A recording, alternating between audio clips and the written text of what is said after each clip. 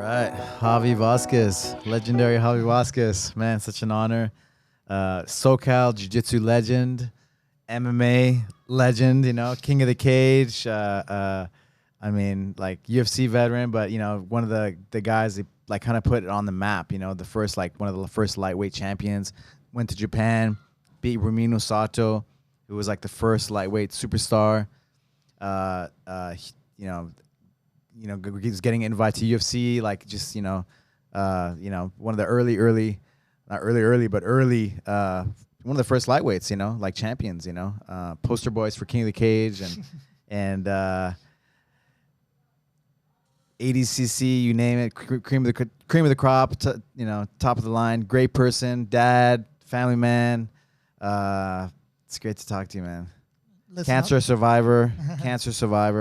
Listen, I gotta forget that. Listen, Alberto and I have had a long history. We've known each other for a long time. We competed against each other. I've always respected Alberto. He's accomplished a lot in his career.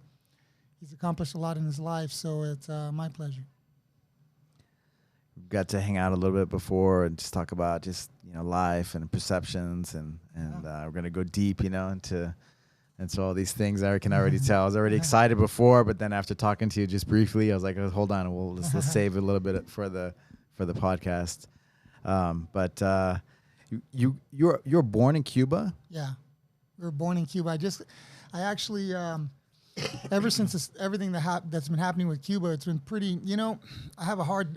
One of my blocks, one of my own limitations is just using social media, right? Like I always just have these ideas and I just kind of keep them to myself. That's kind of been, when I was fighting, I didn't want to teach anybody anything I was doing because then I would have to be dealing against what I was teaching, right? So I didn't want to do that.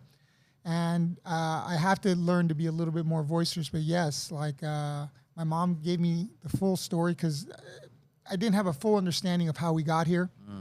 We did not float here on a raft, apparently. So I'll tell a quick story. So seeing what's happening. Because I remember I used to always see like born in Cuba. Yeah. But Yeah. So it's really emotional for me to watch my people suffer. I thank God that my family was able to get out. Right. So the way we were able to get out was apparently my great grandfather was Puerto Rican. And we used that to get us out. And everyone always asked me, did you come on a boat? Did you come on a boat? I'm like, actually, no, I don't remember coming on a boat. I came on a plane. And they're like, plane? There's no planes. Like, yeah, I found out why there was no planes, apparently. Because my great-grandfather was Puerto Rican, there was a special charter that was sent for my family and a few other families. That was it. So it was an empty plane, essentially. Wow. And then that got us out and got us here legally. So we were legal. So... everything that's going on with immigration, everything, it's pretty infuriating to some of us who made it here legally. My mom was pregnant with my sister when we applied to get out. When my sister got on the plane to get out of Cuba, she was 14. It took us 14 years to get out of there. Wow. And I was 4. Wow. So to see what's happening right now, it's tough to watch, and then to watch people in Cuba suffering. And have you been back to Cuba? I have not. I've been wanting to go, but now learning more of what's happening, like how could you go back? Why would you want to go back? I don't think there's at some point I want to go back. I'm the first Cuban to ever have a Jiu-Jitsu Black Belt. I don't think anybody's been before me. Frank Mir's Cuban, but I got my Black Belt before he did. So I feel a link to Cuba, and I feel in some ways responsible to bring jiu-jitsu to Cuba, right? But it's frustrating to see these people suffer. It's frustrating to Did you watch that 4-time gold medalist, the Greco-Roman Cuban wrestler this week? Okay, you haven't been following? No, I haven't been following.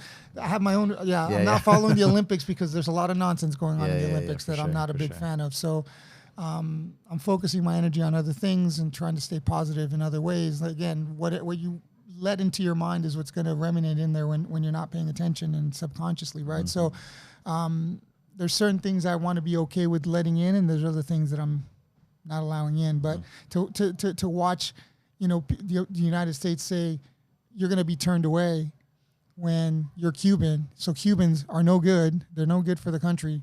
but yet everyone else is coming in through the southern border. It's infuriating to me, and it's very insulting to me that my people are not being let in under a communist dictator. It's pissing me off, quite frankly. Yeah, it's tough. So, just so many stories, crazy stories. It's yeah. What's going on right now, especially with Cuba and in Cuba, it's I feel helpless.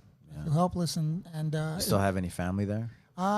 if I do, it's very minimal. Most of us are out. Most of my family, my close family, You said your great-grandfather, grandfather? This is my great grandfather, my mom's Wow. grandfather. So Okay, somehow probably along the all way, his lineage kind of was able to get out. yeah, they're Puerto Rican apparently. So I just talked to my sister. I'm like, do we have any family in Puerto Rico? Like, right? So, I haven't really had time to research deep into my family, right? But I'm getting there. As I'm getting older, I think I'm becoming more ready to kind of look into stuff like that, which really didn't matter to me at the time. For much of my life, I was just focused on one thing, being the best fighter in the world, right? So like that consumed my life. That's where I put all my attention. That's where I put all my energy. And then, And when did that start? How old did you start wrestling? Ooh. yeah, I started wrestling when I was in high school, when I was a sophomore in high school. And then when I got in there, I'm like, where's the ring? Where are the ropes? Right? So I'm thinking pro wrestling, but it ended up being, collegiate wrestling, which I ended up falling in love with. And I wrestled in high school, and I wrestled at a junior college. I graduated from junior college. I had a chance to wrestle Division I, and that's when I started jiu-jitsu. Okay. I was going to, I had a choice, right? I could have kept my education with no real, like, I didn't know what I wanted to do. I had no plan. Or I could just start jiu-jitsu, which is what I really wanted to do, and see where it took me, right? So I wasn't thinking I was going to fight on TV at the time. I just wanted to learn. You fell in love with it. I mean, like, even if you fought on TV, there was no money, right? There was no money. There was no money at the time. On pay-per-view, you're like, a couple $100 or there's no money. 1 and 1, 1,000. Yeah. So that's big time, right? That's that was big time, right? So I never fought for money. Money was not the motivating factor. Being the best was the motivating factor, right? So after I got done fighting, it took me a couple years to really find myself again. And what did going back to, I don't want to go too much far back, but like jiu-jitsu, like what did you love about jiu-jitsu compared to like wrestling, for example? I think when I was wrestling, they called me, my coach was telling me I was a Thomas Edison because I was just trying to reinvent all the moves, rechange the moves, and you tell me do it one way. I'm like, yeah, but I like to do it this way better. There's no limits in jiu-jitsu. You can be on your back, you can be on top. There's no restrictions. You can do whatever you want so long as it works. So I like those rules. I like the rules of whatever works and cut out the fat, trim the fat, right? So the way I teach my jiu-jitsu is I don't teach any fat.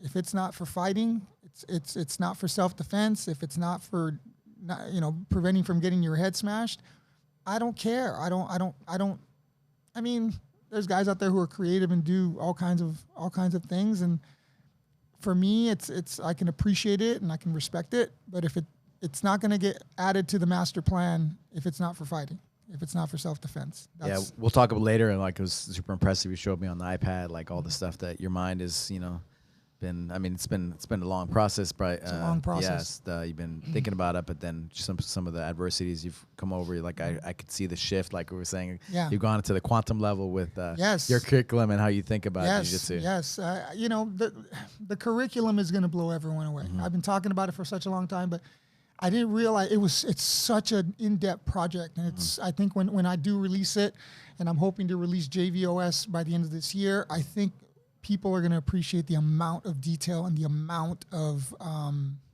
awareness that I'm going to bring to everyone. There's certain things that are just hidden right in front of you, and you can't locate it or see it. I go deep into connection and what connection is and how to apply it and the tools for connecting and the tools for disconnecting and philosophical strategies and psychological, what you're doing to your opponent psychologically. I know how to bake you. I know how to mentally fatigue you. I know how to mentally break you. There are patterns in jiu-jitsu, which I call baking patterns. I can just put you in that pattern over and over and over and making you struggle. If I can get you to rev at 9,000 and I can rev at 2,000 and we go for 10 minutes, who's going to be more tired? Yeah. So there are patterns within jiu-jitsu that And these are tools, right? Baking is a tool. Baking patterns are a tool. They're fatigue generating tools. There are ways to fatigue people where you're not working as hard as them. Yeah. Right? So we'll talk about I definitely want to hit all the points on the strike. Is it you call it strike base or JV? Yeah, right now I'm JV Jiu-Jitsu. JV Jiu-Jitsu. So how did you start fighting? You wrestled and high school, college. You found Jiu-Jitsu. It was crazy here because we saw Joey Alvarado downstairs, right? And it's crazy here. It was crazy here. Like, okay, so fighting back when I started. I was a blue belt. I'd been training. I got my blue tennis court or something, right? It wasn't. It was in a backyard. It was a backyard. Okay, so this was back in 1998. My first fight was 1998. I was a blue belt. I've been training about 6 months. I did. I got my belts relatively quickly. I got my black belt in 5.5 years, which is very fast. For the time in particular, it was very fast. But I got my blue belt after 6 months, and we're like, we're gonna go to some fights, and it was open hand. It was pancrase, which is slap fighting basically. Okay. With no gloves though, but. I watched the first one. A friend of mine fought and wanted it, and then the next one I did. And I'm like, I can do this. These guys. Where was this at? This was in Torrance. Neutral grounds. It was called Neutral Grounds. Neutral grounds. Yeah. So then I did one fight, and then I won, and then I got put into an 8-man tournament, and then I had three fights in one day. Mm-hmm. So I did 2 fights. I submitted my first opponent, which was a friend of mine. A really good college Division I wrestler who's a friend of mine, Sean Kim. And then Kenny Kellenberger, who was like a purple belt at the time, almost a brown belt. I was a blue belt. So I beat Kenny Kellenberger in the second round. And then I fought Victor Hunsaker in the finals, and I was exhausted. It was a 15-minute war in the second fight. And I ended up losing a decision to Victor. Is that on your record? I believe it is. It's on your record. Cool. I believe it is. Yeah, it was amateur, but it's back on in those days. Yeah, what was amateur? That was what was amateur? What was pro? Everybody was pro. There was no amateur. There was no amateur. There was no commission. There was no nothing. There was no there was no medical staff. There was nothing. It was crazy, and you're in somebody's backyard. It was raining. So it was in a backyard. The first one I went to, it was in a backyard. And the second one was in a warehouse. It was just an open warehouse. They just had metal foldable chairs, and it's like Street Fighter game. Exactly. People cheering in the background. That was straight up. It was NHB at the time, right? That was NHB at the time, and this is right before it was completely off TV, I believe.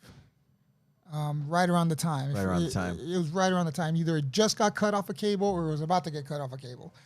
Yeah, and there weren't that many like high level jiu-jitsu guys. You said you were fighting at blue belt, right? But just like good jiu-jitsu guys, right? There weren't that many at the time, There was, I mean, they were wrestlers or boxers or strikers, it was still style against style, right?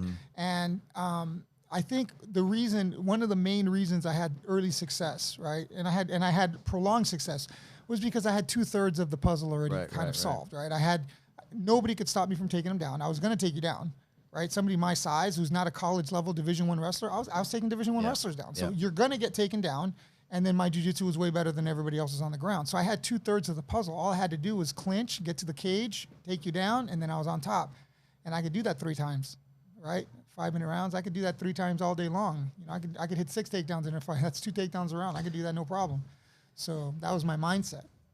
Yeah, and you guys had a good team too. Like at the time, Romy Aram, and I think we had one of the best teams in the world. We literally, there was a time where everybody went through our doors, and everybody got handed their ass on the way out. Like we had a very good team. We're a very hidden team, but we got to train with everybody, and we were Where's some of the names? Because Matt Linland came through our doors. Dan Henderson came through our doors. Right. Babalu Sobral before he set up his gym, right? Nate Quarry came through our doors. Yeah, before he set up the Temecula gym. God, who else? I mean, you name it. Who's who? Back in those days. Yep. Anybody who was a high level guy at King of the Cage would come through our doors. Thomas Denny would come through our doors. Anybody who was a who's who at the time came through our doors, and we had a lot of confidence because we saw what would happen to the guys that would come in the room. And I'm like, well, if these are the top guys, and this is what's happening in the room, like. It gave us good confidence that people weren't on our level, and we fought accordingly, right? We fought with confidence because we were training hard. It's not like we we were training harder than everybody.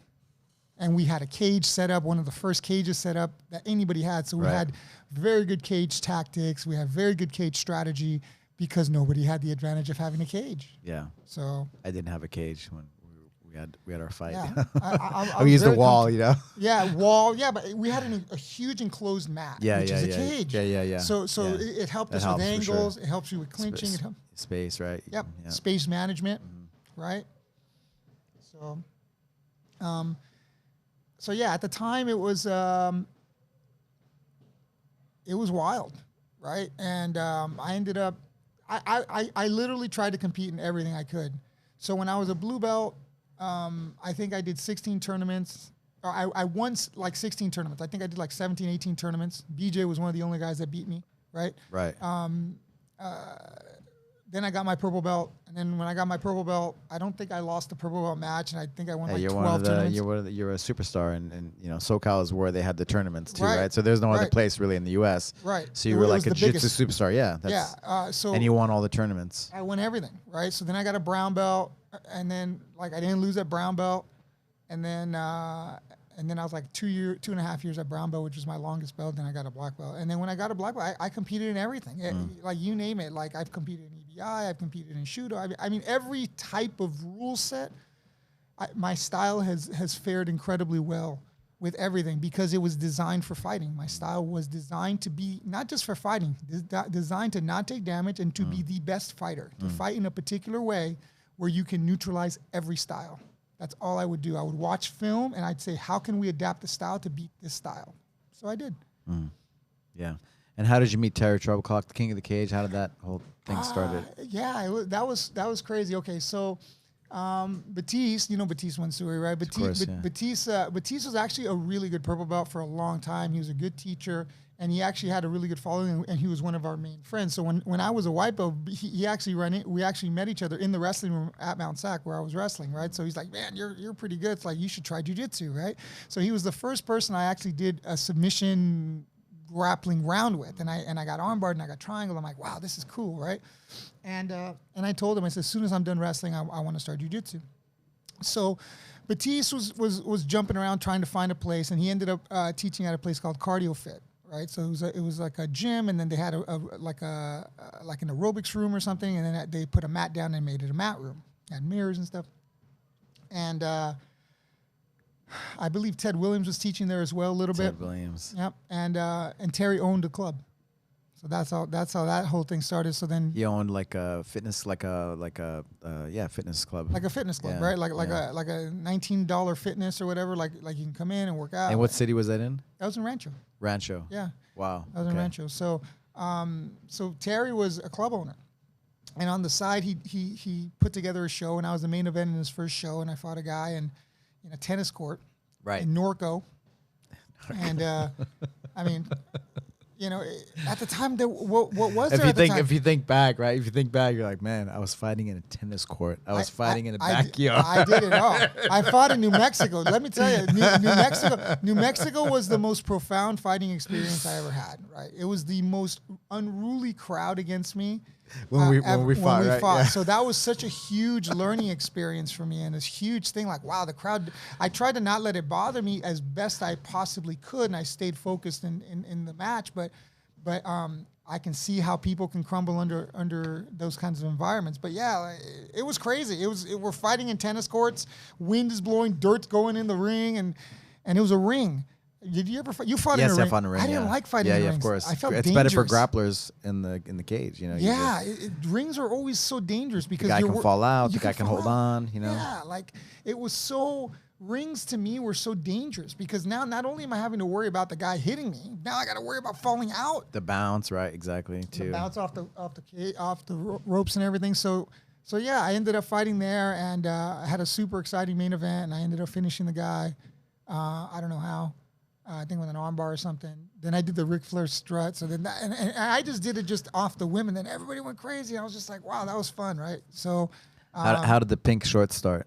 The pink shorts were actually, I had ended up tearing my ACL once before. The first time I tore it, it was after that fight, and I was supposed to fight, I think in like King of the Cage 2, and I ended up getting hurt, and then I ended up fighting in King of the Cage 3. And leading up to that King of the Cage 3 fight, I just got dared. Romy dared me. And then I'm like, I would wear pink shorts. And he goes, no, you wouldn't. And so I ended up doing that and then bleaching my hair. And I did the ridiculous robe with the ridiculous hat and everything. I went all ridiculous. And then that was the marketing, right? Everybody remembered. Yeah. The weird dude with the, and I'm like, wow, that's pretty cool. So it just kind of stuck with me, and I stuck with it and just ran it for a little bit.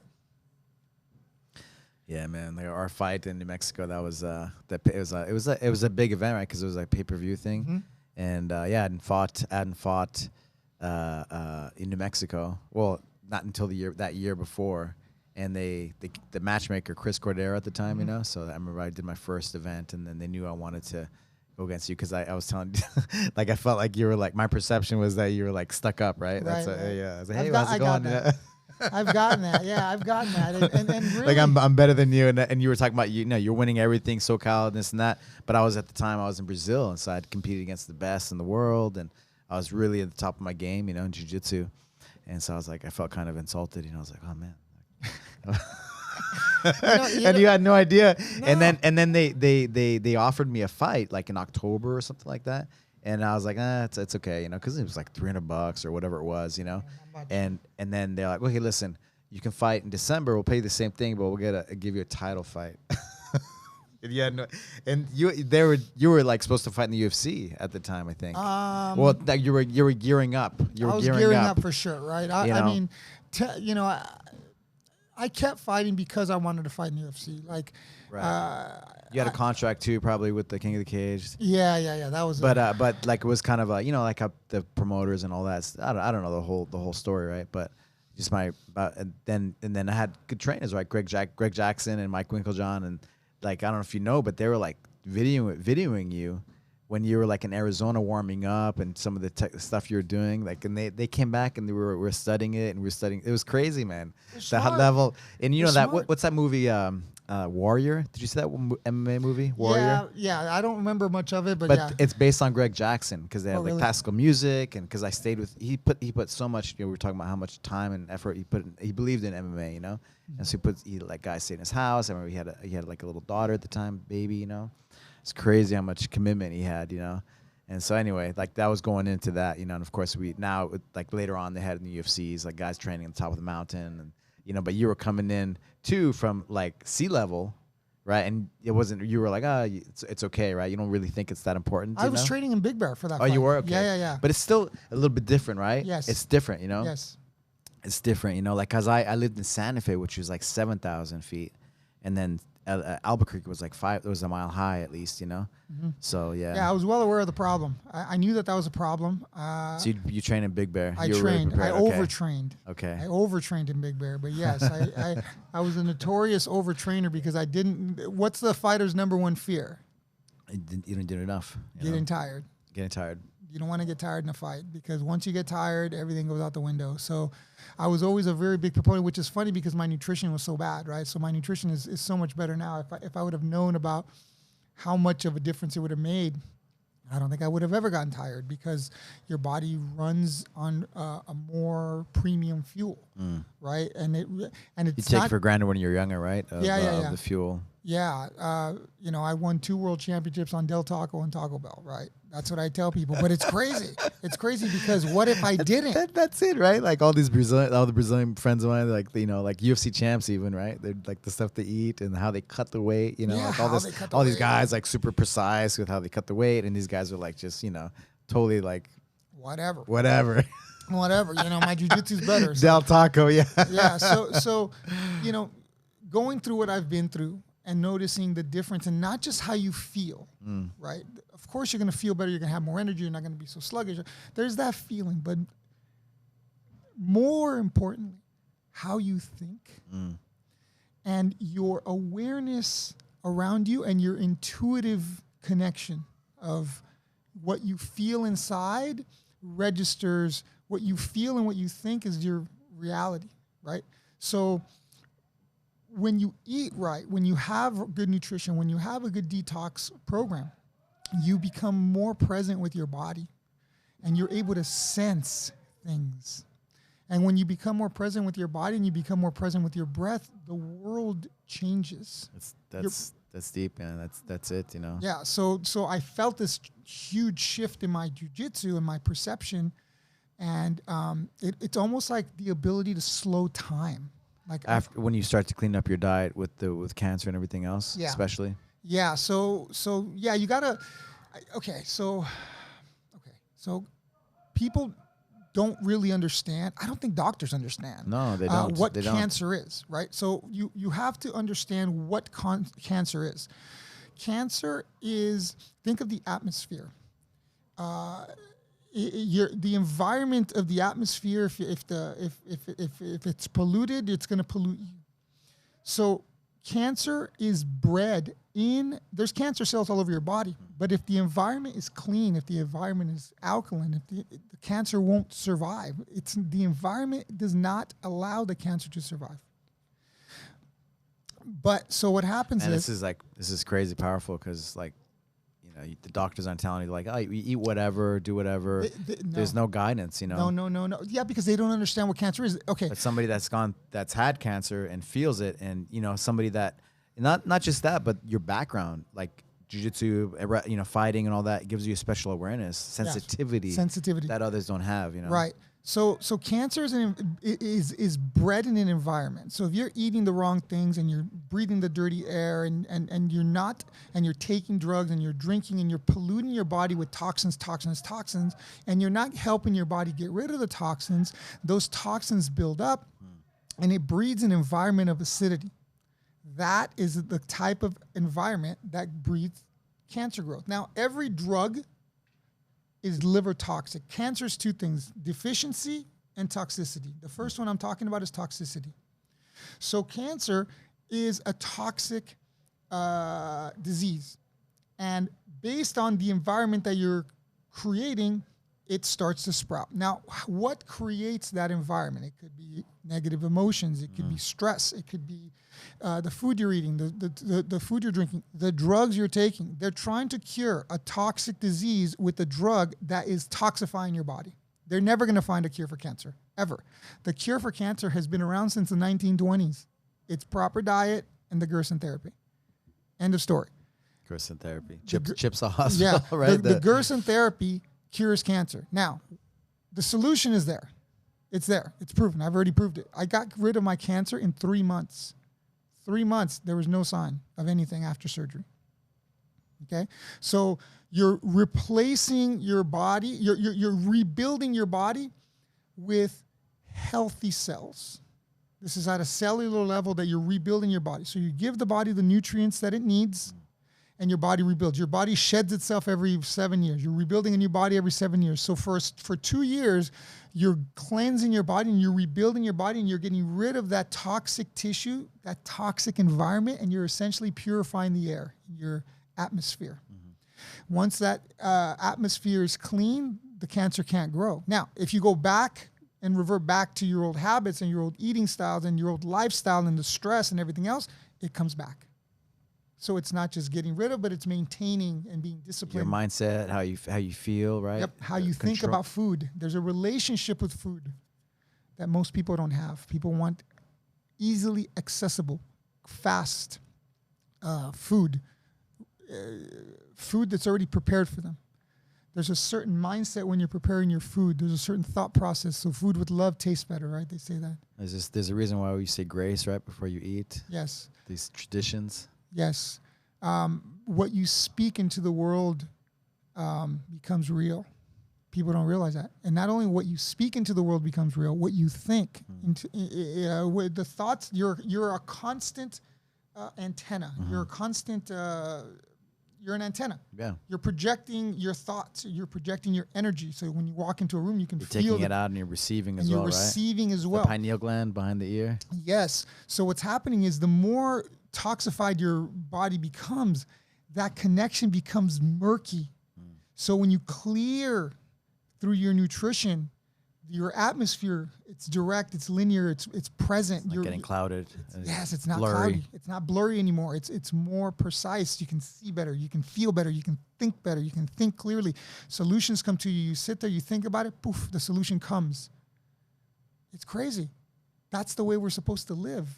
So the food that we're eating is poisoning us, and it's breaking that connection, and it separates us more and more from God, and brings us into this world. From each other, from yourself, right? You have to live through the Spirit. They say, Christians say you got to live through the Spirit. The best way to live through the Spirit is to be connected to God. You have to be connected to God. How? You have to purify your body so the connection is clear. So this is not a religious rant. This is just what I've experienced. You see, in my like life. the guys in Africa or native cultures, right, where they have to hunt their food, right, and they actually get the animal, and they're just so grateful, and there's a certain process, right? Yeah, there's a process, because, I mean, if you have to kill an animal to eat an animal, it's one thing. If you just go to the store and pick it up, that's something completely different. You're completely disconnected from the animal's suffering, what it went through, how it was raised. Like, people don't realize that hormones it's been injected. Everything that's injected into an animal is toxic, and if you're not helping your body get rid of it, it stays in you at a cellular level. And you have enough. I want to hear your thoughts, because I know you have, like, your awareness is much higher because of all the things you've gone through now. Just from, like Whole Foods, Trader Joe's, organic, non-organic. Do you eat chicken, or do you all of it? You're vegetarian. Vegan. Okay. Yeah. So I eat minimal tofu, very little. That's like a cheat, right? I eat beans. I eat legumes. I do 5 juices a day. Still, you maintain that lifestyle. Yeah, that's because when I was at Chips, so it was funny. Like that's funny, but Scotty was like, yeah, most people. Well, when they're there at the hospital, they give them, they juice them, they get them the food, right? But when they go home, right, they probably revert back to what they did before, right, or something like that. You have to change your lifestyle. And but they were able to be disciplined because that's all they had, right? Yeah, because you're more targeted. And I mentioned like how you healed yourself and with your discipline and your how you did it, and even afterwards, this is your way of life. This is how you do it. They don't tell you that at the beginning. They don't tell you. They say 2 years, and then you go into a maintenance protocol. But the maintenance protocol has a lot to do with the same. It's the same lifestyle. And how do you feel? Putting these things in your body, like you just mentioned it, but how do you feel, right? After all these, it's how you think, right? Which changes how you think, right? It's how you think. It's how you think of the world. Know that what you're thinking now is going to be created. You're creating it currently. So what you focus on now, you're going to have. I know what I'm focused on. I asked you like, oh, is that can I get you some coffee or whatever? And you're like, no, just water. I was like, right on. That's it. I don't, no sugar, no nothing. Like, I have my little cheats, but like, you're going to be like, that's a cheat. I'm going to be like, that's a cheat. Like, people just, they're disconnected from their food. They just eat what's good. They don't realize what it's actually doing. What keeps you focused? What keeps you maintaining this lifestyle? Like, there's no other way. What's my alternative? I'm already susceptible. Right? What were some of the things you went through? Like, I remember I was really following you like intensely when you were going through the thing, and how you had pains in your stomach, and like you were just like you don't know what was going on. Disconnected from my body. Could you share some of that experience? When you first started to know that there was something wrong. I was disconnected from my body. My body was giving me the signs, and I was ignoring the body. They say you have a headache. What do you do when you go get a headache? You go get an aspirin. Yeah, an aspirin, Tylenol. You're telling your body to stop. You're telling your body to cut it out. You're not resolving the problem. You're masking the problem. You get a headache. What that's telling me is that there's too much toxicity in my body. I go do a coffee enema. Poof, headache's gone. Done. End of story. The toxins are out of the system, and it's over. Interesting. So the way you think about health, the way you think about, like right now, I can tell I'm very connected to my body. I can see it. You can see it. Your body will tell you what's wrong. You can see it. You just got to ask. You got to close your eyes and just think about it. I talk about this in breath work. Breath work is one of the tool sets of JVOS. And I started riding my bike for meditative reasons. I started riding. I just got a new bike. I'm putting it together. I'm painting it. I'm going to put it on my Instagram. It's going to blow you guys away. I started, I ride in a very hilly area, and I got into Wim Hof breathing, deep breathing, inhaling the air. And not only is it good for meditative, but it's good for recovery. right? So I do the breath work as I'm rolling as well when I need to recover. But I also do it going up the hill, and I started thinking of the lactic acid building in my legs, and you can feel it being pulled and extracted through your breath. So if you think about it coming off, it will. It's crazy. What you focus on actually is doing something. It is actually doing something. People don't think it's doing Where your anything. intention goes, your energy, the energy flows, right? You know, recovery, saying all, like, it's so funny that we're on the same line with all our, you know, things that happen to us, you know, in the TAC fit, right? Like, it's a recovery-based system. Yeah. And you're saying all, like, we're all saying the same. It's truth is truth. Things. Truth is truth. You know, I've always done things in my jiu-jitsu and in my life a certain way, right? Work hard and you know, the Dan Gable mindset. I was a very big Dan Gable fan, right? So work hard, outwork your opponent, and you'll break them. But I believe there's a more efficient way to do it, but the mindset still works. And the commitment, right? Surrendering to the process. Surrendering to the process.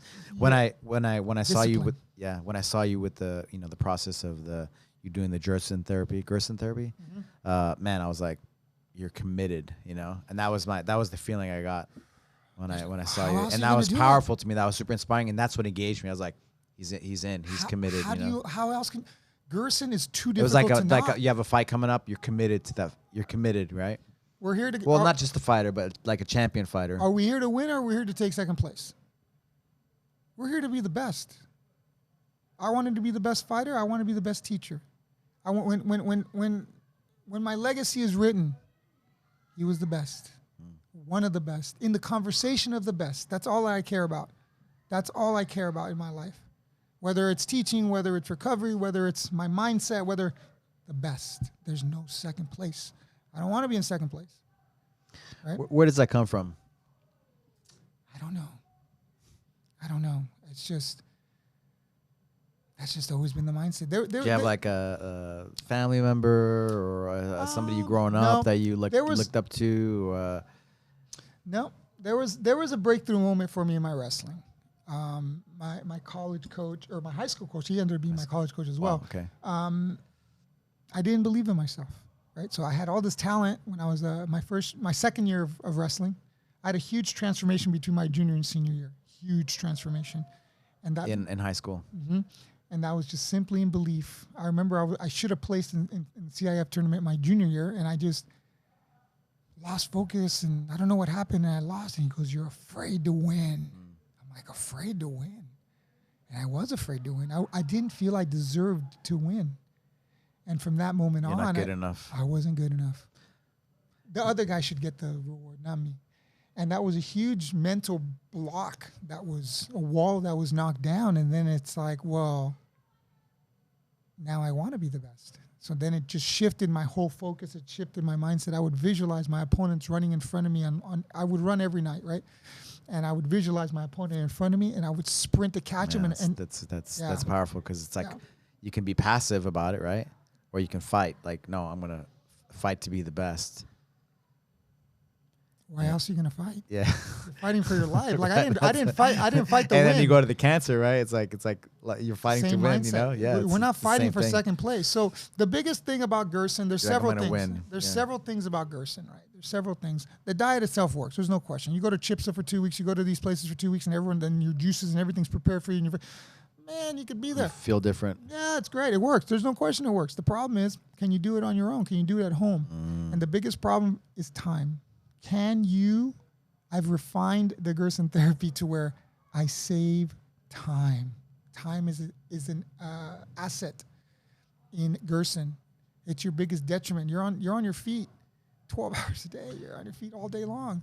So time is something that if I can save you 2-3 hours a day, you're going to want to listen to that, because that's 2-3 hours a day that you're standing. So if I can do it through prep work, if I could do it through a systematic way to make the juice, if I could do it through a systematic way of doing the supplements, if I could do it through a systematic way of my food prep and my recipe combinations, if I could do it that way, I'm going to do it that way, because time is it's so time intensive.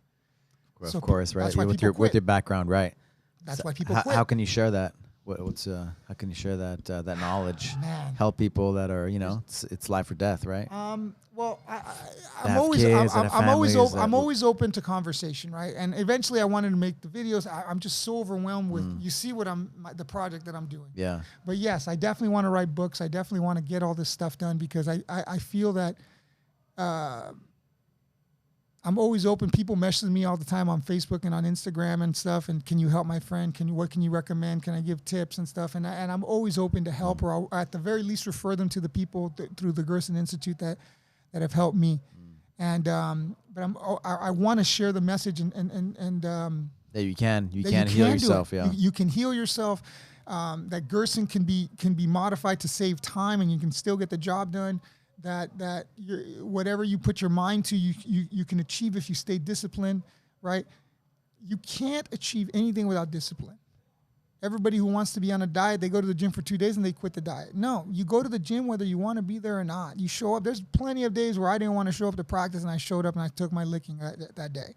That's just the way it is. Sometimes you're the hammer, sometimes you're the nail, but you always show up. Yeah. You always show up.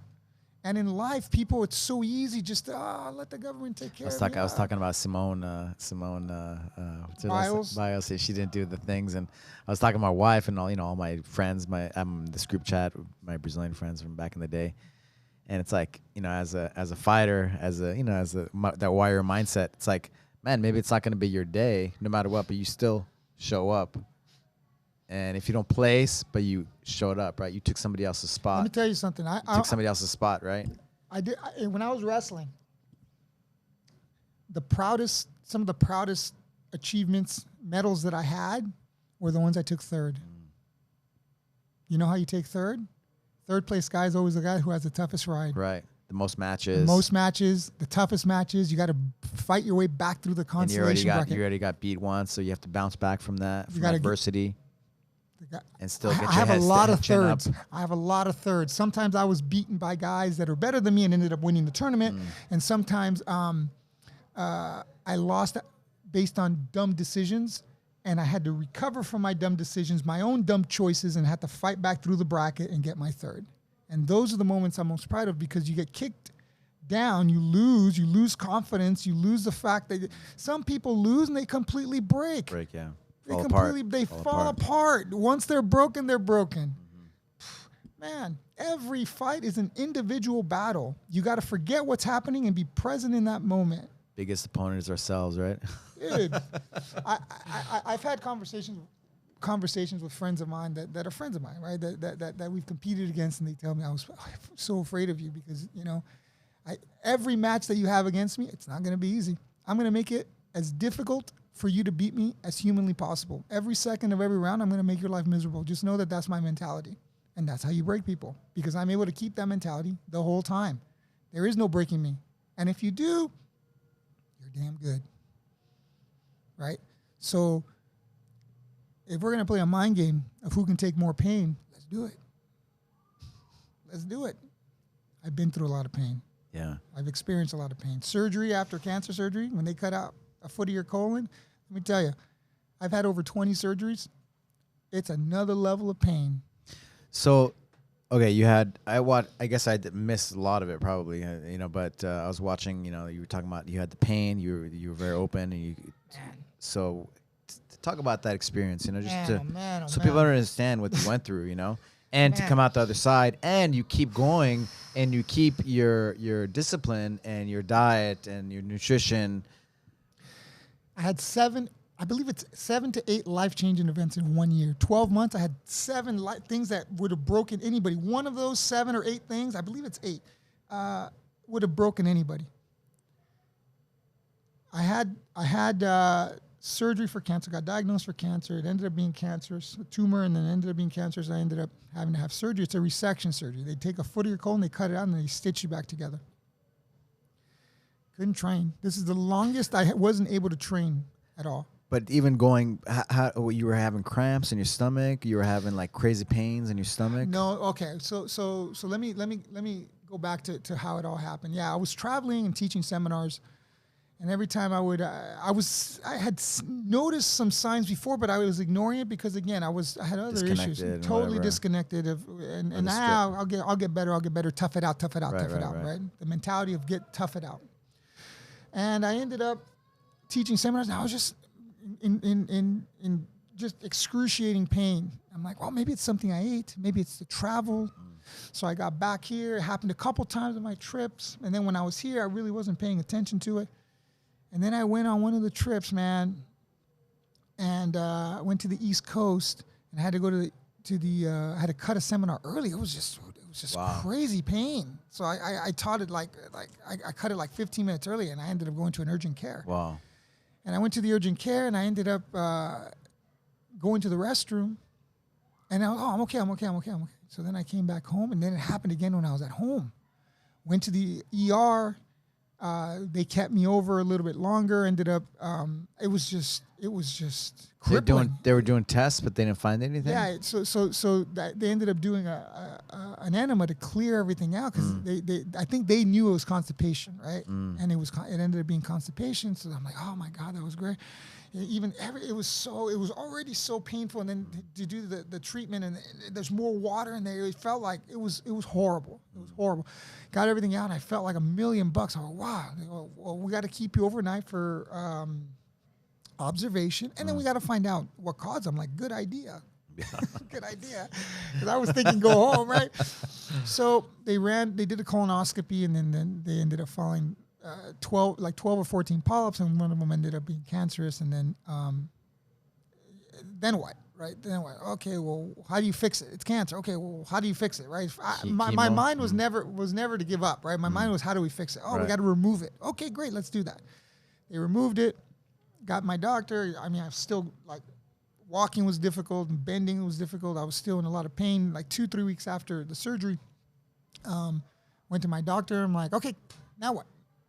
I'm thinking diet. They're like, chemo. I'm like, nope, not doing chemo. When I was doing research for fighting, I came across Charlotte Gerson, and they're like, oh, we cure cancer. I'm like, oh, when you were fighting, you saw it previously. I saw previously. God already planted that in my mind. There's a solution. That's why I was like, oh, how do you fix it? Because I already knew that there was a solution, and I knew it wasn't chemo. So I ended up doing the research on the Gerson therapy, finding out who it was. It was Charlotte. Max Gerson developed the diet. Why did he develop the diet? And he's like, well, wait a minute. It fixes everything. It doesn't just fix cancer. You cannot treat individual symptoms. Gerson cures just about everything. I think aside from brain cancer, because it's an inflammatory disease. What happens? Except for brain cancer. Yeah, and I didn't know why, and I ended up finding out why. Gerson is an inflammatory disease. My knee, when I was on Gerson, blew up like 4 or 5 times, and it felt better after. So it's an inflammatory disease. It sends the inflammation to wherever is lacking, and then it fixes the problem. It inherently turns on your body's natural healing mechanism. How is it doing that? Through the nutrition and the detox. And your body will heal itself. No doctor is better than God. No doctor knows how to fix you better than you. All you got to do to heal is give it the right fuel, and your body and your mind will heal itself. I did meditation. I got into breath work. I got into meditation to be present with my body, to feel my body so it can help me heal, and God help me heal, right? Like the... Why doesn't it work for brain cancer? Because it's an inflammatory disease. You're in a skull. If you inflame the brain, you can have like a hemorrhage. Right. Because it's putting inflammation in your brain. So that's why. So there's a way that they do it, but it's much more difficult to. It's different. It's different. Everything else is, What are some alternative things that you can do for brain cancer? I don't know. Okay. I don't know, but I just know that. Because I asked the same question, why brain cancer? But everything else is okay because it's inside of a skull. It's inside of some heart shell. That's why.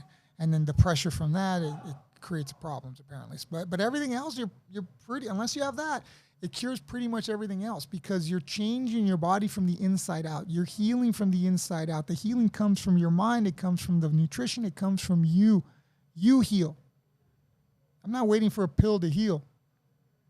There is no such pill to heal. And then people try to sell you on this crap.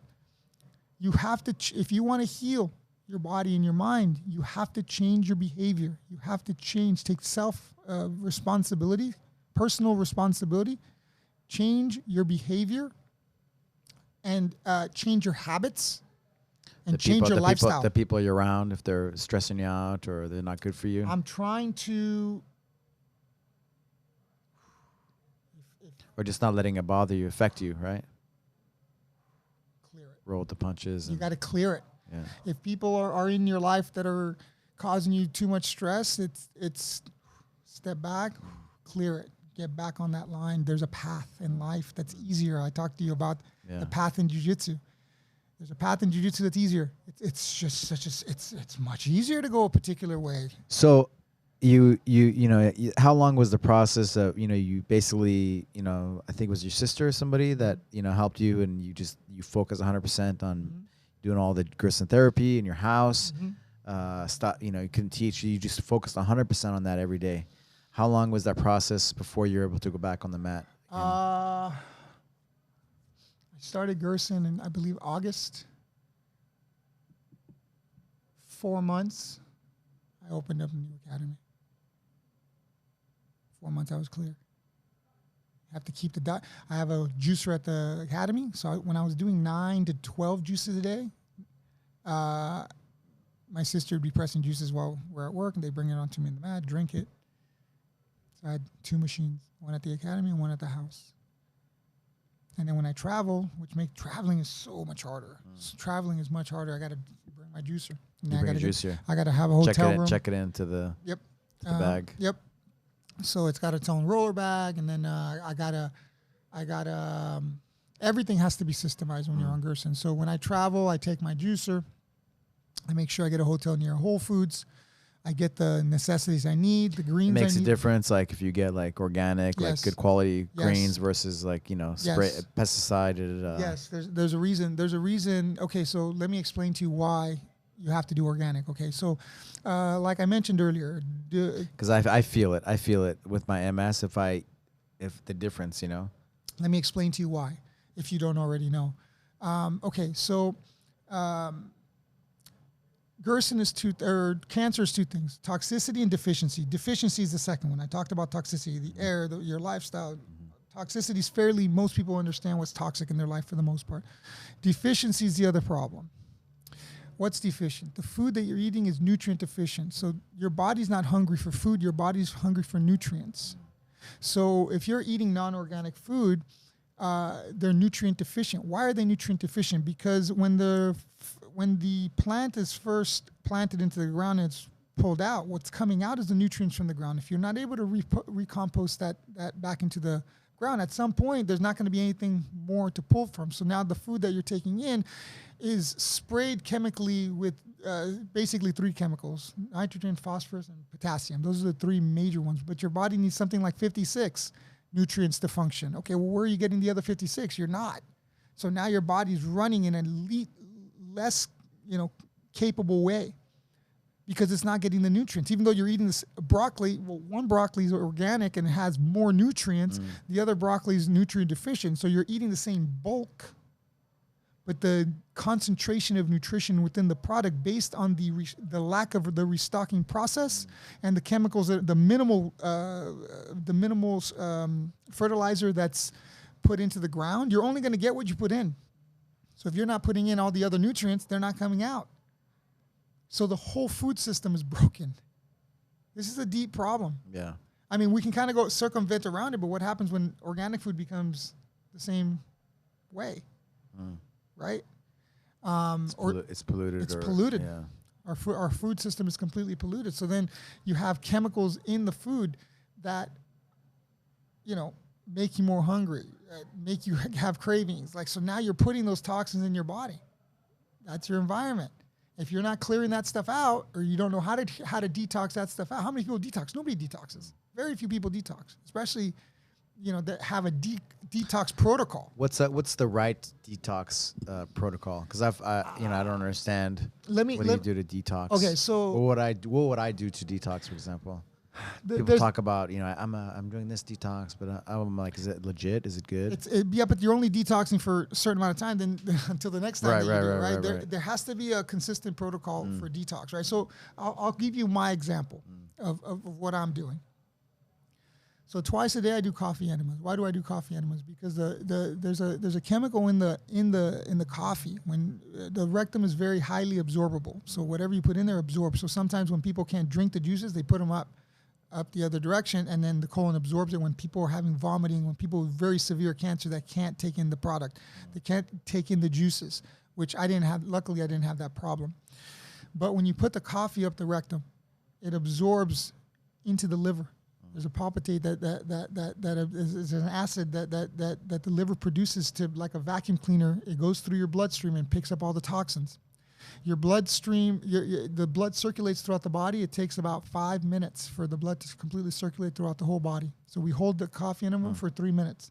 So it does 3 cycles in your body, picking up all the free radicals. Goes in the liver, and then you blow it out. Wow. On the other side.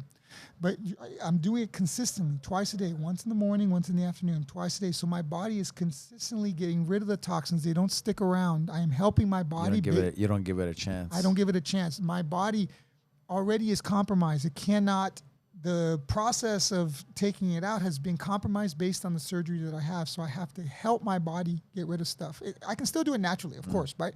But it's easier. The water helps the process and makes the process easier. I do that twice a day. Once a month, I do castor oil. This is the rough part.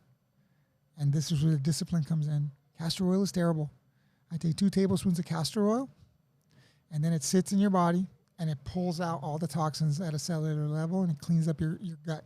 Wow. So you're feeling terrible. Castor oil. And then I do a castor oil enema. Oh. Wow. And that's intense. That's very hard to hold. You're only holding it for 10 minutes. It's very intense and very hard to hold, but it pulls everything out. So once a month, I'm doing like a major detox. Plus, I sweat, and plus I ride my bike and I sweat. And I'm out in the sun, so there's that type of detox as well. But I'm not putting toxins in. I try to minimize the amount of toxins I'm putting in, so it's easier for me to pull them out. So that's the lifestyle. That's the lifestyle. You want to live, you want to die. Right. It's a very simple black and white decision for me. So I do the best I can every day, stay focused on the task every day, and it just becomes part of your life. And you get a rhythm, and I'm,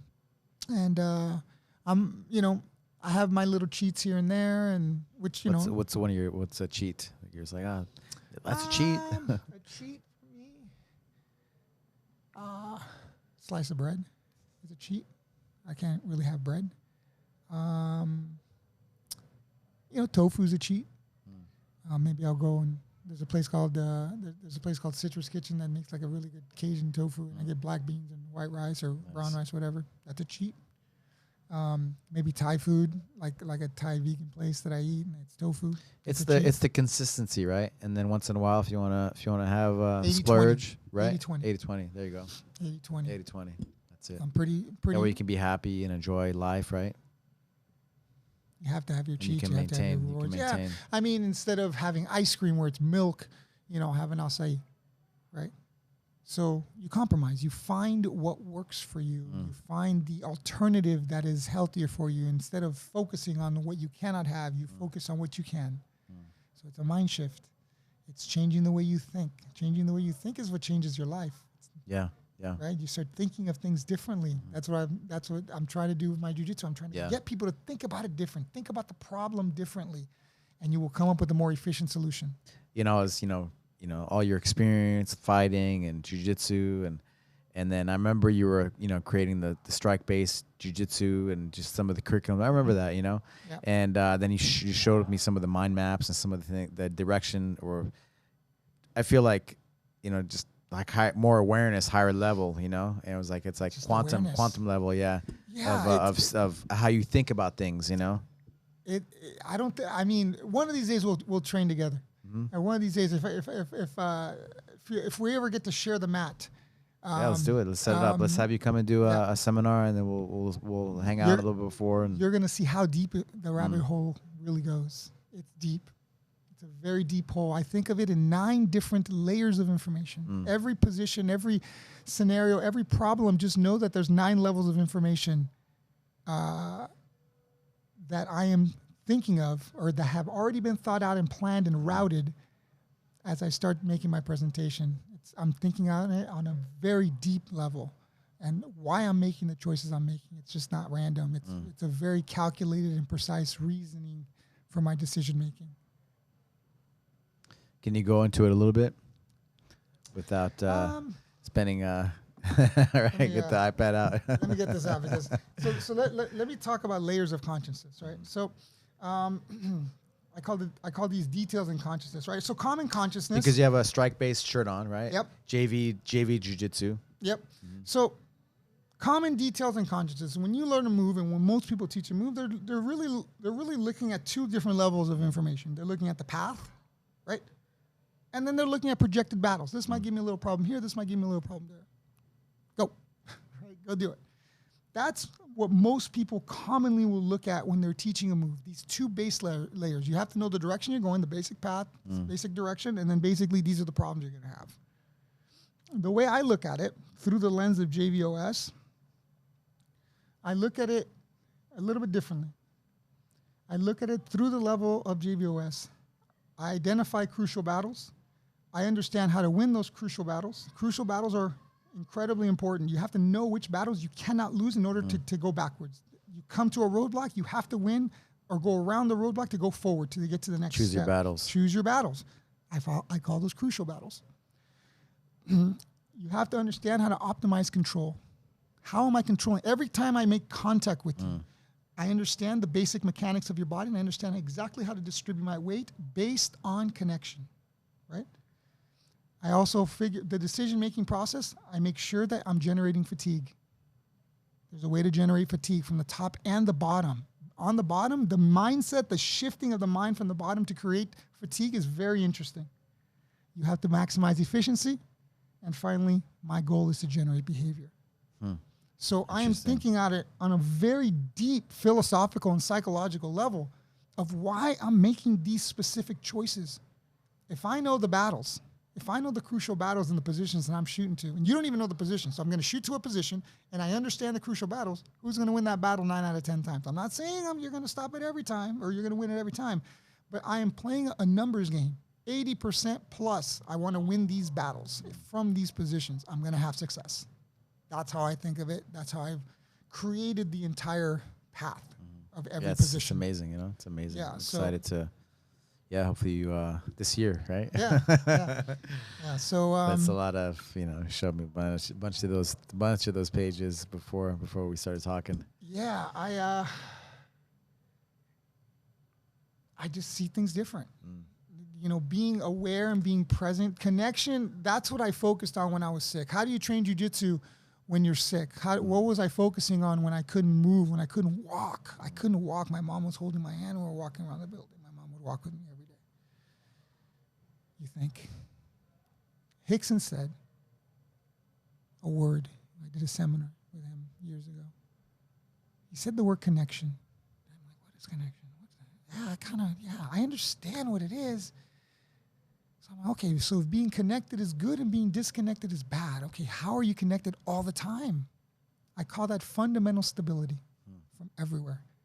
There's a way to create tension everywhere and a way to maintain tension everywhere. And if I can maintain tension on you, that means you're burning. Even when I'm resting, you're burning. Now, how am I able to rest while you're burning? Structure, frames. I'm going to frame something. I'm not going to fight something where I'm fighting and you're fighting. I'll frame it in a particular way. And then you can squeeze as hard as you want. I'm framed. Now I'm safe. Now you're cooking and I'm not. The longer I can endure that, the longer I'm making those movement to movement, moment to moment, I am building carbon dioxide in your body. I talk about this in breath work. There's something I call a recovery breath. You've taken that recovery breath where you're so tired, you disengage from your opponent and your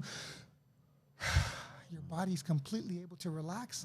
And that pulls the carbon dioxide out from the deep muscle and throws it out. So, yeah. I don't let you do that. I keep that carbon dioxide. I prevent you from taking that recovery breath. And the longer I do that, the more tired you become. Cool. I want to teach me. Yeah. It's crazy. It's crazy. So all of these things started coming to me. And the information overload, that's why I started making all the maps, and I started writing everything down, and I started to JVOS came to me in pieces into, it started off like with 10 concepts, and now it's like 50 concepts. And then I started to group them into groups because the concepts kind of went together.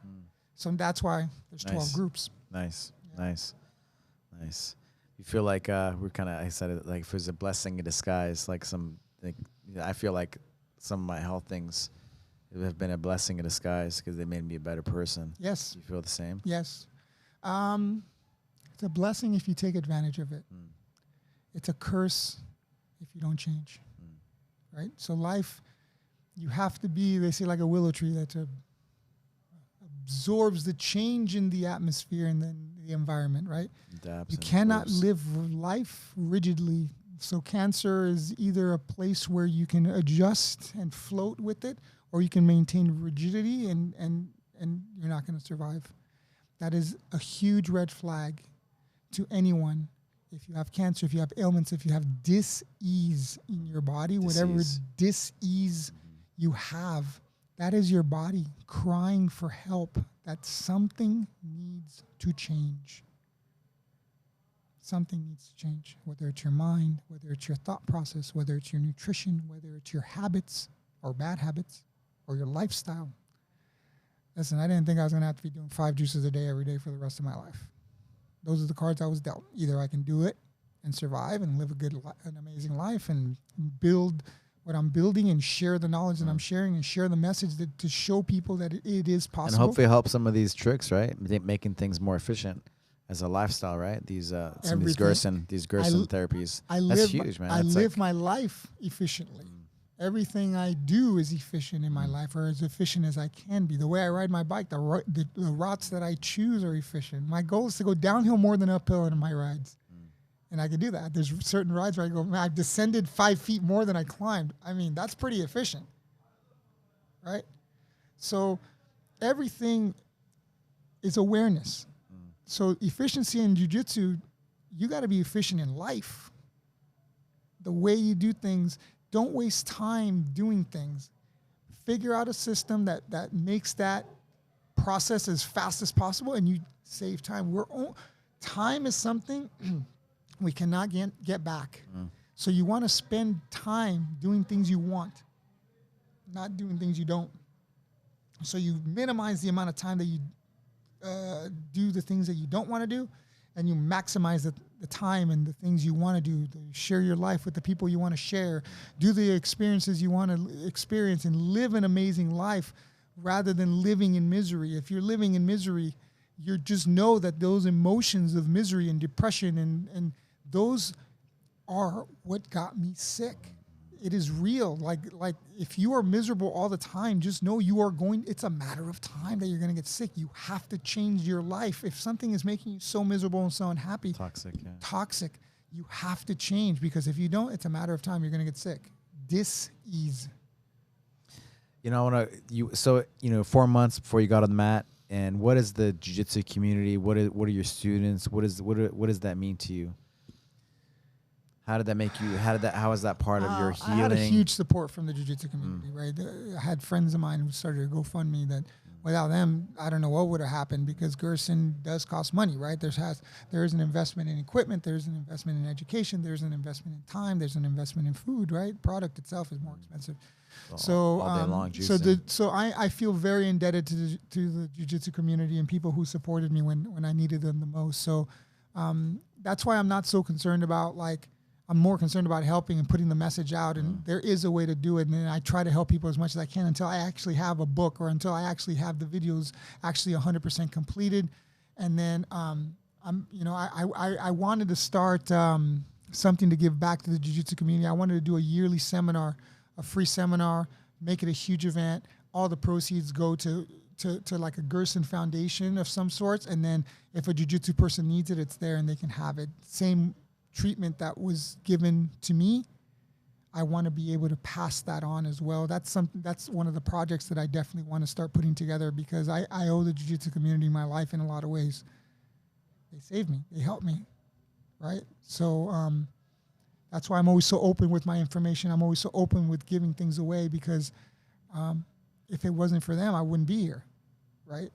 They're one of the key reasons I was here. I'm still here, and they're allowing me to build this, because I might not be here if they weren't there to support me. So I have a very I have a lot of gratefulness for the jiu-jitsu community and the people who've helped me along the way, you know.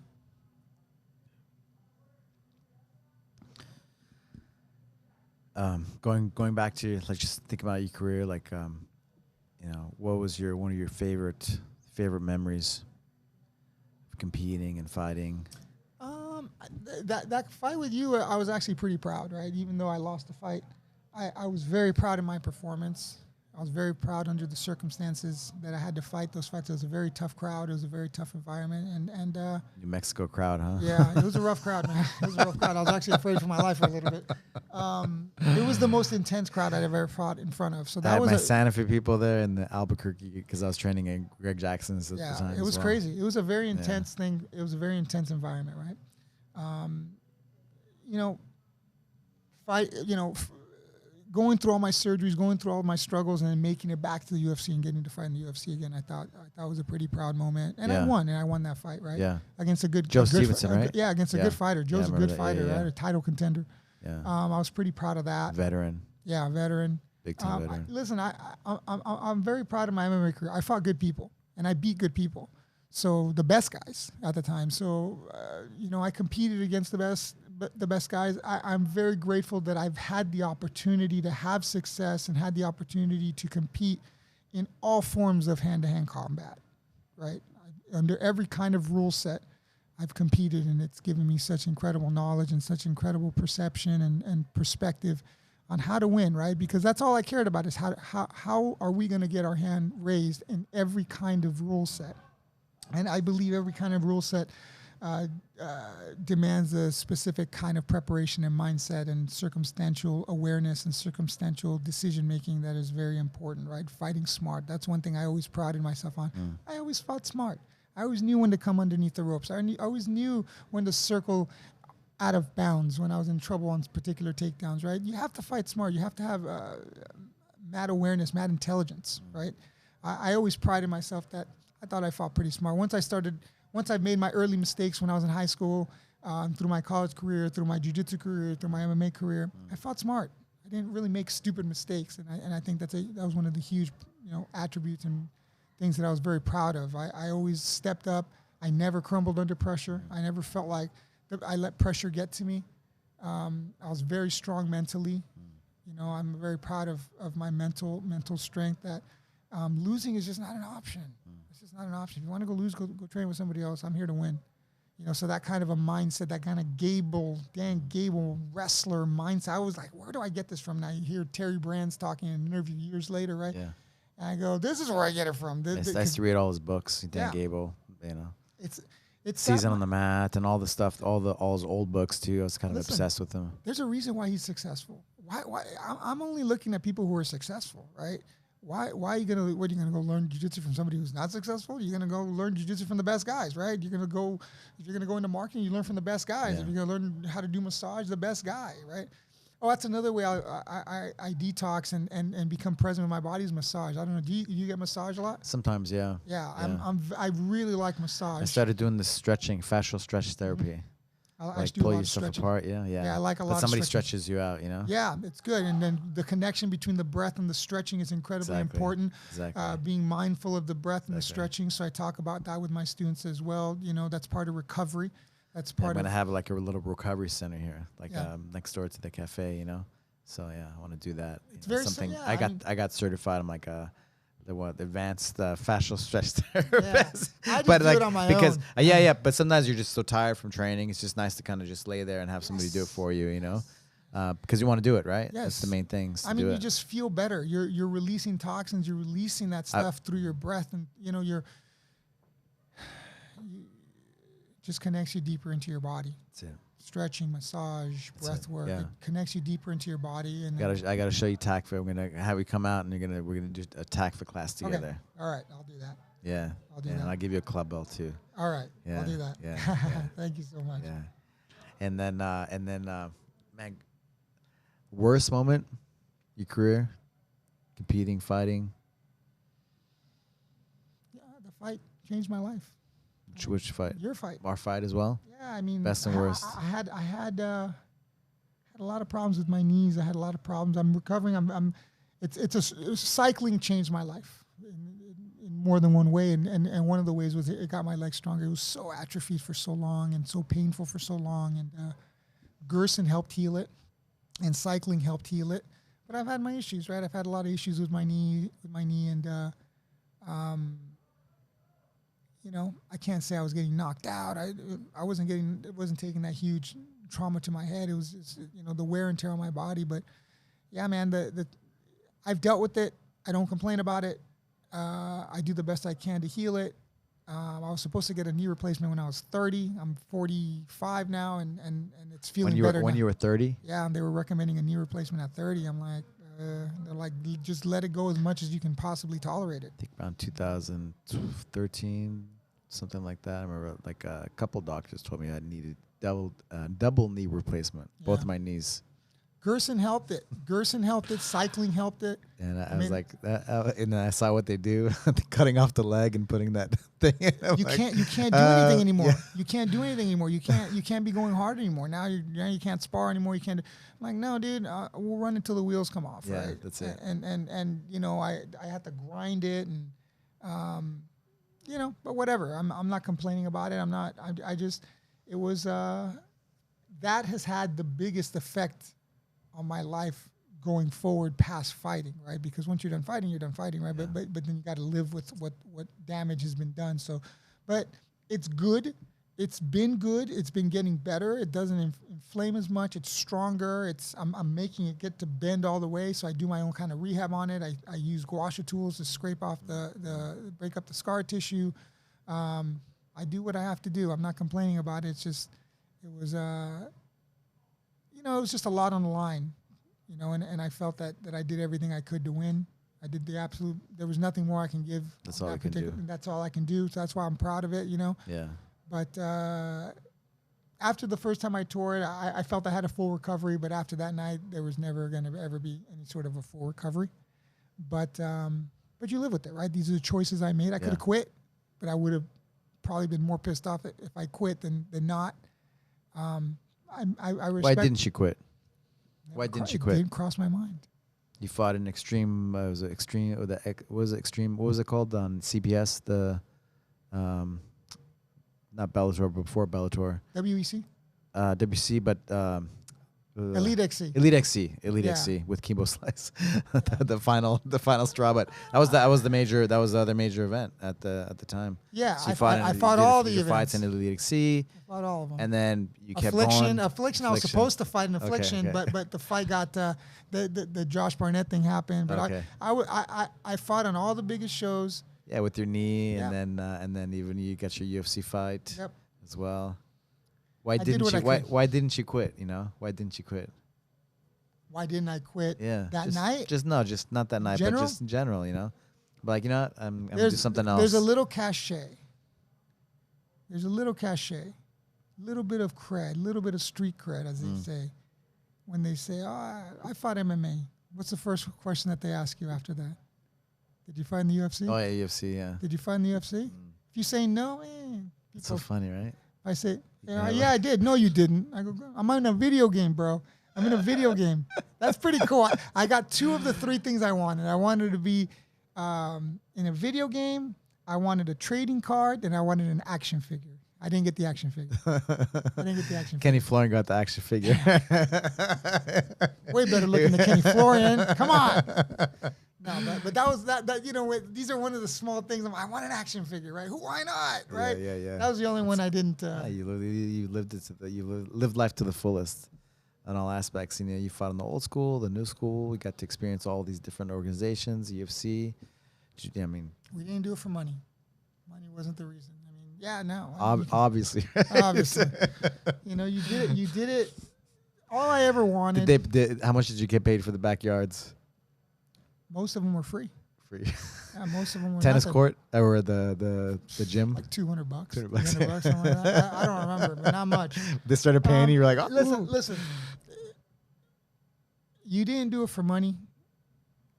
you know, you did it to say you did it. You did it to experience it. You did it for what's in your mind that doesn't necessarily represent your bank account. You did it for the environment. You did it for the experience. Did it from the heart, right? You did it for the experience. And people, I think, do too many things for money, and they don't do enough things just to do it. Right now, it's people. Let me tell you, the way people fight MMA now, it's hard for me to watch MMA. I think they make so many bad mistakes. Most fighters make so many bad mistakes, but I don't necessarily attribute that to them. I attribute it to what they're encouraged. People are encouraged to fight a particular way, right?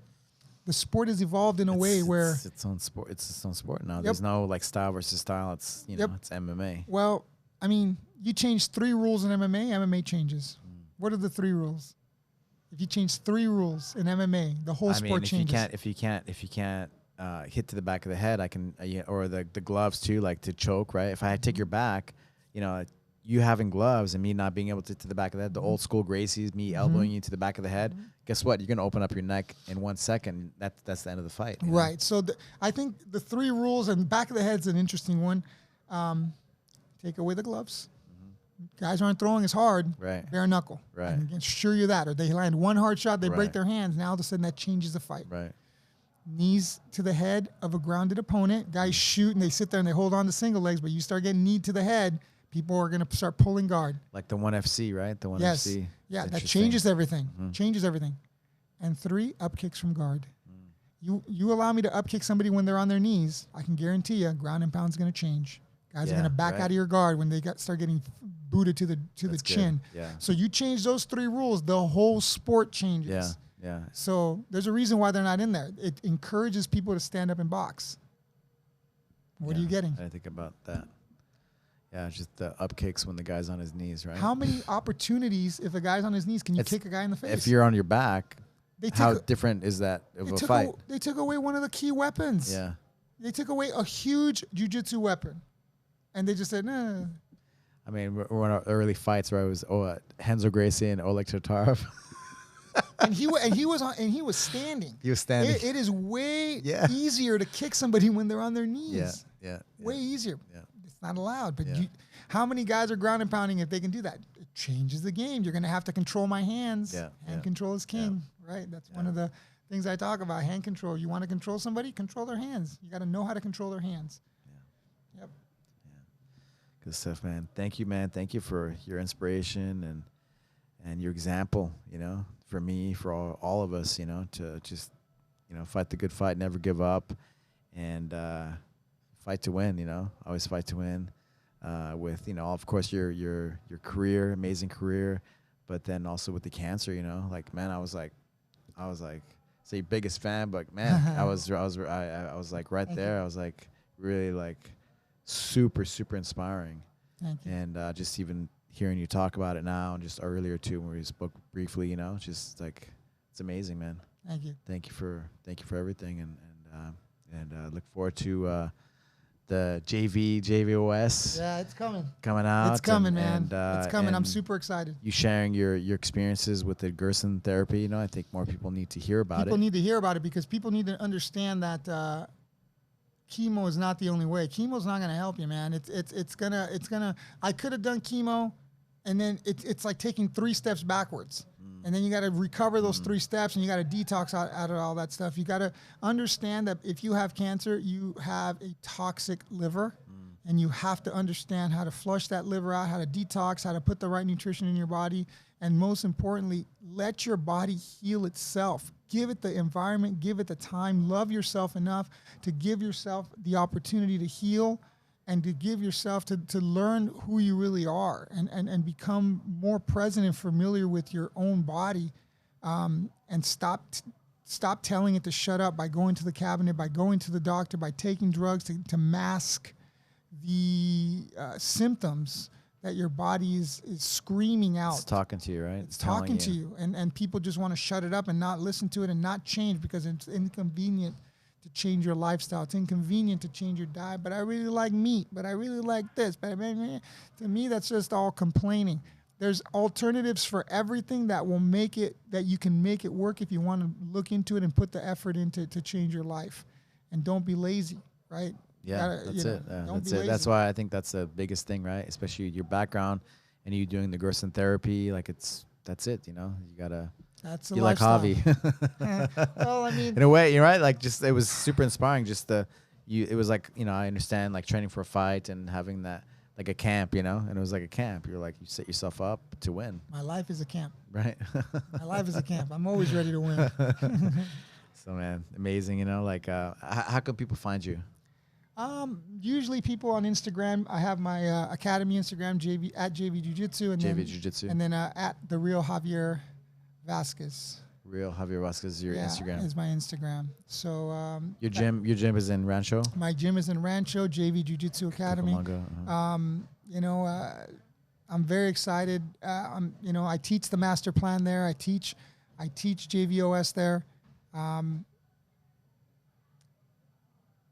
I feel that, with all due respect to all jiu-jitsu instructors, nobody does punch defense better than me. There's nobody that understands punch defense better than me. No one who's fought at the highest level like I did and taken as little damage as I've taken, like I have. So, if there's something that I can say I'm one of the best, if not the best, it's punch defense. So that's my focus of the academy. It's to teach a system and teach you guys how to control people so you don't get hit.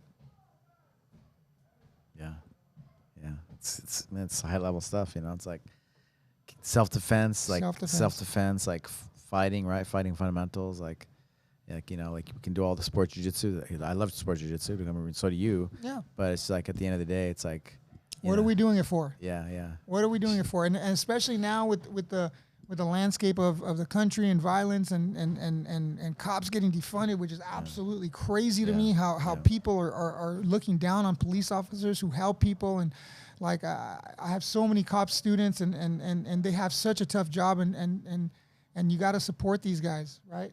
You got to support these guys because they're putting their lives on the line and people are just turning on the cops. Yeah. It's unbelievable. And, crazy.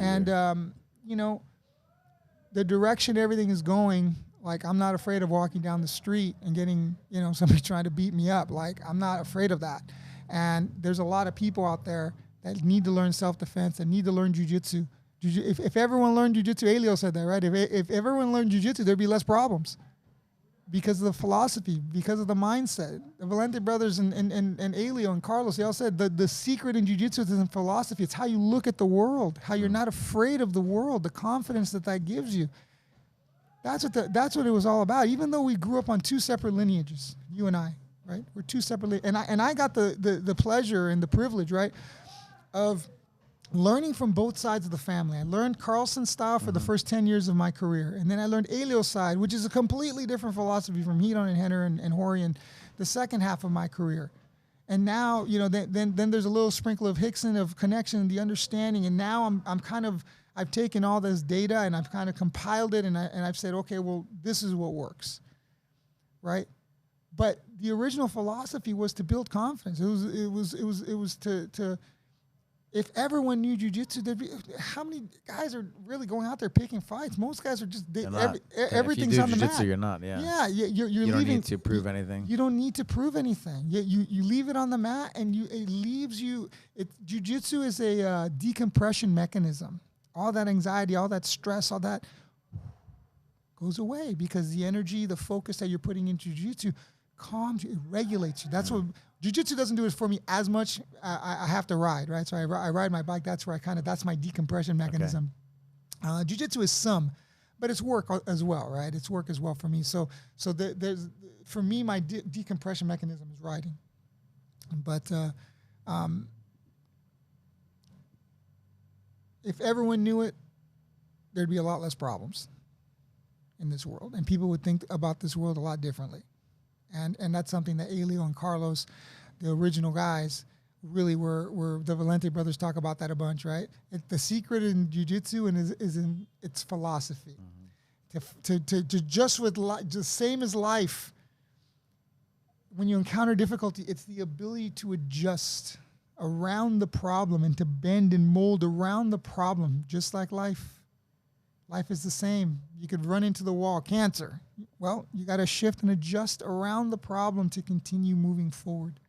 Jiu-jitsu is the same way. There's a path in jiu-jitsu that allows you to do that. If you're beating your head into the wall, resisting, take a step back, understand the problem, open your eyes, and maybe there's a different way, or maybe there's a different way to approach the solution to this problem rather than just going through it, right? So that's a philosophy for life. That's not just a philosophy for jiu-jitsu. That's a philosophy for life. I call it being in the vortex, right? There's a path in the vortex where things are just easier that way. Life is the same way. You got to recognize these lessons that life, or these problems that life gives you. And the only way you can do that is to be present with yourself. It helps you, your internal guide helps you make the right decisions. We all know, right? It's inside of, we all know our gut instinct, right? That's right. We just mask it and kind of disconnected within. Well, I think nutrition, the disconnect is happening at the nutritional level. When you plug in the right nutrition and the right detox, and you get your body functioning the right way. I'm friends with this. She's like a dietitian, and really smart. And she posted. She made a post of how it's not like how much you exercise or how hard you train or calories you burn. It's all in the kitchen, right? It's all what you put in your body. How are you recovering? What are you doing to recover? I mean, I know what I'm doing after I do a 60-mile ride.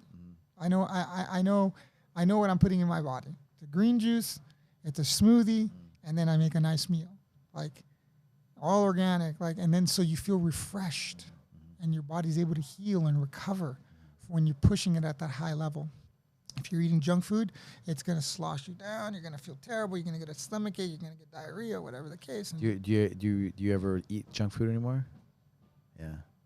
Like, what's junk food? Yeah, I was just like fast food, like a fast food. Don't even look at it for me. I'm like, oh man. I can't eat any of it. I can't eat weed. I can't eat any of it. Yeah, so if I go out,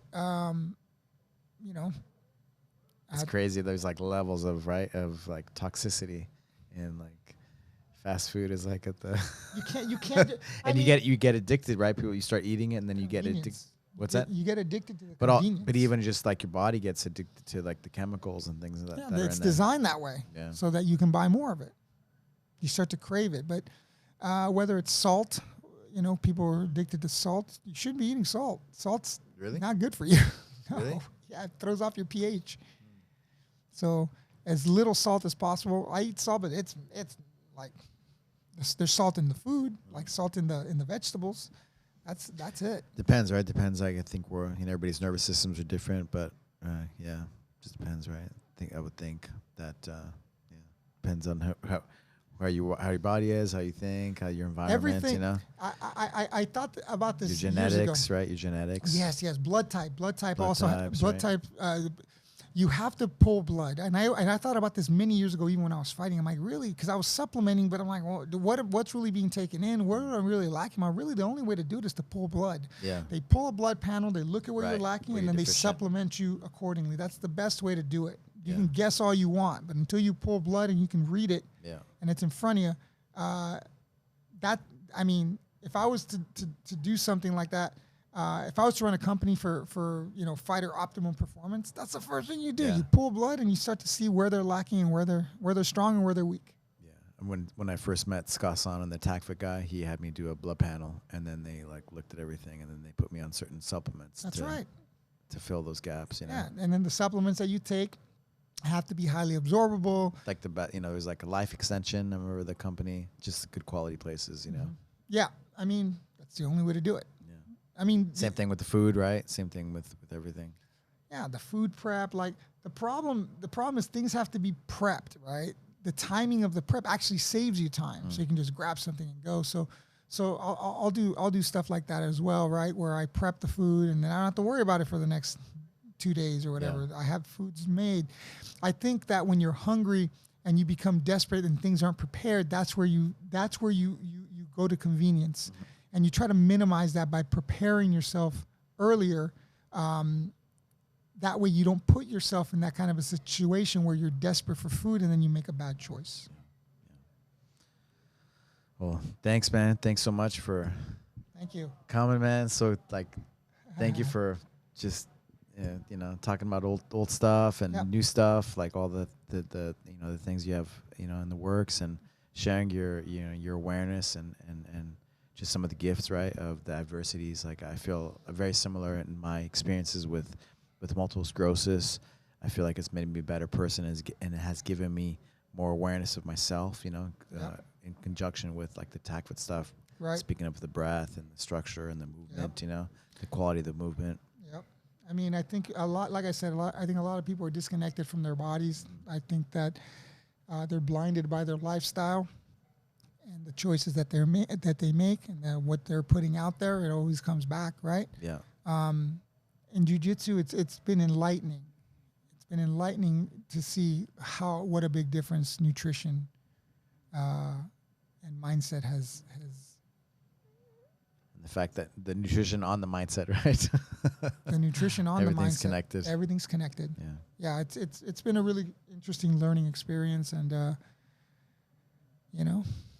this is what's been taught to me. Yeah. Awesome, man. Look forward to having you out. All right. For a seminar, and Look forward to it. keep going. Thanks, Alberto. Thank you, man.